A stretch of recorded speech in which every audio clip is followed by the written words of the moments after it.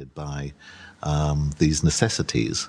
But the necessity lies in ourselves rather than in the events. So Hume's conception of the world then becomes a very atomistic conception in the sense that it's just individual events, one happening after another, and us imposing a causal order on what we see or hear or take from the world. And that's been controversial ever since because it removes causation as a category from the real world and puts it back in our own minds. So what is the relationship then between causation understood Humean's way and the concept of physical laws? Well, very close, of course, because probably our first examples of physical laws would probably be causal laws.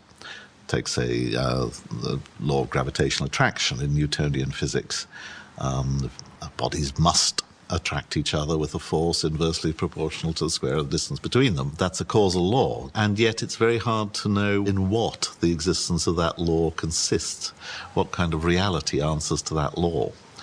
And Hume would again say, well, the only reality is that that's how events fall out. That's what your measurements will give you. It's a pattern, but it's not an explanation of the pattern.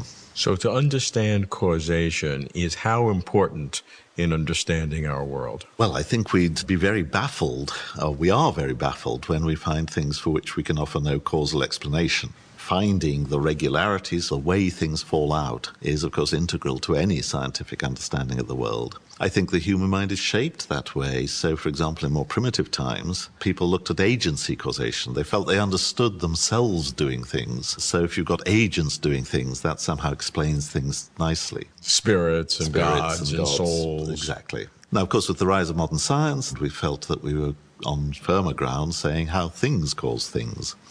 An agency causation slipped back in the running, as it were. If Hume is right, all we're doing is putting things into more and more elaborate patterns. And if we go on asking what's the rationale for those patterns, we're eventually going to meet a blank wall. Now, of course, we'd like to understand causation so we understand why things must happen as they do. But that may be a goal that we can't achieve.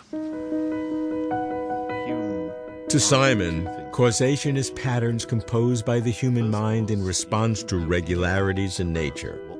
To go much deeper, he says, is not possible. Simon's causation is minimalist, a human construct. We read causation into reality. He says it's not a feature of reality itself. This could make sense, particularly if the physical world is all there is. Simon is an atheistic philosopher. I wonder whether a theistic philosopher would invest causation with greater inherent powers. I go to Oxford to meet a distinguished philosopher of religion, Richard Swinburne.